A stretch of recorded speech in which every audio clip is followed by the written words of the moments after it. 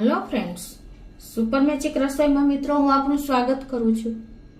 આજે આપણે આ ઉનાળાની કાળઝાળ ગરમીમાં 5 જ મિનિટમાં દાળ ભાત શાક અને રોટલી કેવી રીતે બનાવવું ને ઇન્સ્ટન્ટ એની રેસીપી તમારી સાથે શેર કરું છું। તો તમને ચોક્કસ આ વિડીયો તો ગમશે જ મિત્રો। ગમે તો લાઈક કરજો, શેર કરજો અને સબસ્ક્રાઇબ કરવાનું તો ભૂલતા જ નહીં।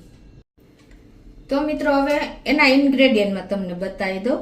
તો એમાં મેં 1 કપ આપણે દળિયા એટલે કે ઘઉંના ફાડા લીધા છે અને પછી 1/4 કપ આપણે ફોતરા વગરની મગની દાળ, 1/4 કપ મગની ફોતરાવાળી દાળ લીલી અને મસૂરની દાળ 1/4 કપ, 1/4 કપ આપણે દહીં લીધું છે। અને વેજીટેબલમાં મિત્રો આપણે દૂધી છે, ટમેટા છે, કાંદા છે, બીટ છે, ગાજર છે, વટાણા છે અને બટેટા છે।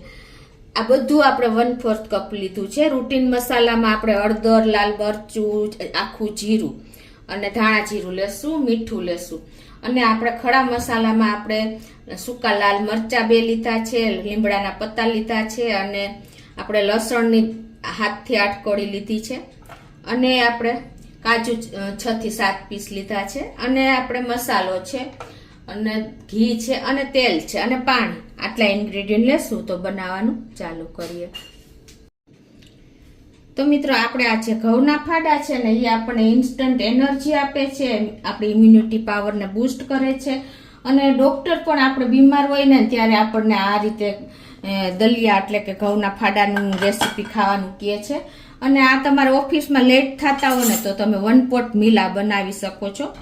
તો પહેલા તો આપણે એક બોલમાં બધું ભેગું કરી લેશું અને તમારે ક્યારેય પણ ઉતાવળ હોય અને રસોઈ કરવાની ઈચ્છા ન થતી હોય ને તમારા ફેમિલીને એકદમ પોષણવાળું આપણે ભોજન આપવું હોય ને તો તમે ઇઝીલી આ થોડા ટાઈમમાં બનાવી શકો છો। તો એક બોલમાં આપણે જો આ 1 કપ આપણે દલિયા લીધા છે અને એમાં આપણે આ 1/4 કપ બધી દાળ લીધી છે, તુવેરની, આ મસૂરની, મગની અને ફોતરાવાળી મગની દાળ, આ બધું મિક્સ જ કરવાનું છે મિત્રો।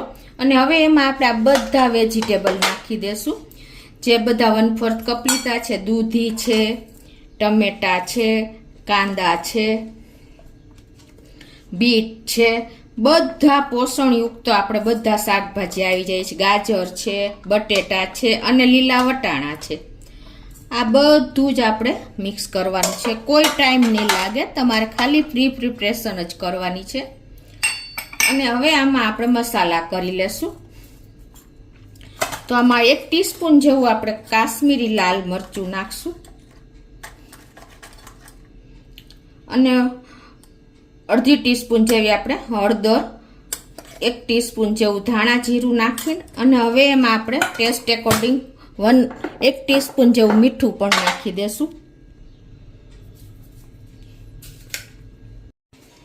અને 1 ટેબલ સ્પૂન જેવી આપણે આદુ લસણની પેસ્ટ નાખી દેશું। તમે લસણ ન ખાતા હો તો સ્કીપ કરી શકો છો। અને હવે આમાં આપણે 1/4 કપ જેટલું આપણે કોઈ પણ તેલ તમે નાખવાનું છે, અત્યારે હું સિંગ તેલ વાપરું છું અને એમાં આપણે 1/4 કપ જેટલું દહીં નાખી દેશું અને હવે આ બધું આપણે મિક્સ કરી લેશું।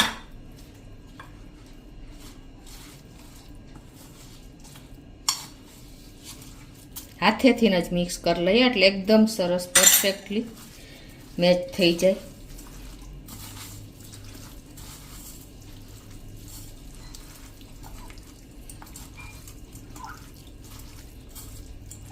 હવે જો આ રીતે મિક્સ કર્યું છે અને હવે લાસ્ટમાં આપણે 1 ટેબલ સ્પૂન જેવો સંભાર મસાલો નાખી દેશું।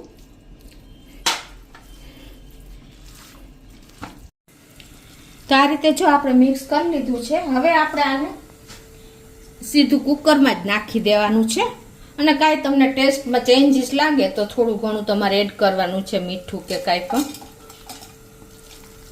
મિત્રો આને ટાઈમ તો નથી જ લાગતો અને એકદમ આપણું 1 પોટ મીલ એકદમ હેલ્ધી તૈયાર થાય છે। આપણે દાળ, શાક, રોટલી બનાવીએ તો બહુ ટાઈમ લાગે છે। અને હવે આપણે આમાં 5 કપ આપણે ગરમ પાણી નાખી દેવાનું છે, 4 થી 5 કપ।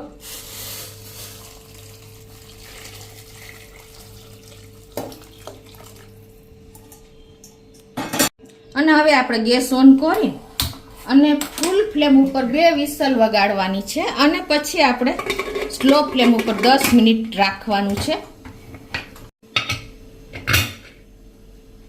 તો આપણે જો કુકરને ફૂલ ફ્લેમ ઉપર 2 સીટી અને 10 મિનિટ સ્લો ફ્લેમ ઉપર રાખ્યું હતું અને આપણું કુકર પણ તૈયાર જ થઈ ગયું છે. તો હવે એને આપણે ખોલી લઈએ અને એની એર પણ રિલીઝ થઈ ગઈ છે. જો મિત્રો એકદમ સરસ આપણું આ 1 પોટ મિલ તૈયાર થઈ ગયું છે ને. તો હવે આમાં આપણે એક એક્સ્ટ્રા વઘાર કરી લઈએ. તો એક વઘારિયામાં આપણે ગેસ ઓન કરી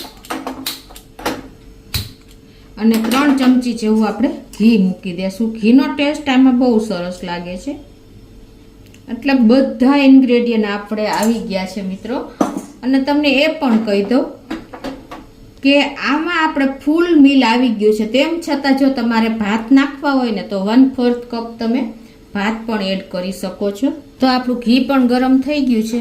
તો એમાં 1 ટીસ્પૂન જેવું આખું જીરું અને 2 થી 3 સૂકા લાલ મરચા, 7 થી 8 આપણે લીમડાના પત્તા અને 8 થી 9 કળી મેં લસણને એકદમ બારીક સમારી લીધું છે. આમાં લસણની ક્વોન્ટિટી તમે જેટલી વધારે રાખશો ને એટલો ટેસ્ટ સરસ આવશે. અને 5 થી 7 આપણે કાજુને 2 પીસમાં ભાગ કરી લીધા છે. આ બધું નાખી અને આપણે આને એકદમ ક્રકલ કરવાનું છે.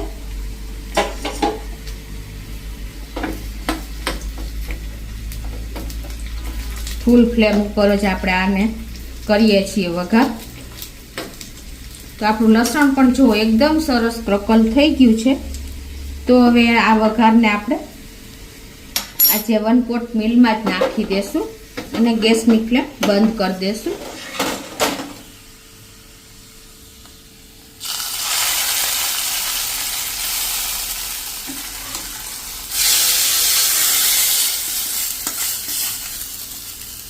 તો મિત્રો એકદમ ટેસ્ટી, એકદમ હેલ્ધી અને ટેમ્પટિંગ એવું આપણું જો રેડી છે. આપણે એકદમ સરસ બધા વેજીટેબલ્સ અને બધા આપણે દાળ શાક સાથે.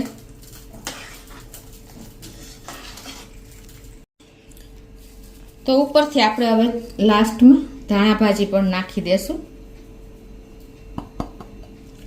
અને હવે આ બધું આપણે સરસ મિક્સ કરીને અને સર્વ પણ કરી લેશું. તો હવે આપણે એક પ્લેટમાં જ સર્વ કરી દઈએ. આ રીતે જુઓ તમે બાળકોને, વડીલોને બધાને આ રીતે સર્વ કરી શકો છો. તો હવે ઉપરથી જો આપણે સર્વ પણ પ્લેટમાં કરી દીધું છે અને ઉપરથી આપણે પાછી થોડી એવી ધાણા ભાજી નાખી દેશું. અને આને તમે અથાણા સાથે અને દહીં સાથે સર્વ કરી શકો છો મિત્રો. એકદમ ટેસ્ટી અને ટેમ્પટિંગ લાગે છે. આ રીતે તમે દહીં સાથે એન્જોય કરી શકો છો મિત્રો. તો તમને ચોક્કસ મારો આ 1 પોટ મિલનો વિડીયો ગમશે અને ઉનાળાની કાળઝાળ ગરમીમાં તમને ફૂલ પોષણ આ બધામાંથી મળી જશે મિત્રો. તો તમને ચોક્કસ મારો વિડીયો ગમશે. ગમે તો લાઈક કરજો, શેર કરજો અને સબસ્ક્રાઈબ કરવાનું તો ભૂલતા જ નહીં.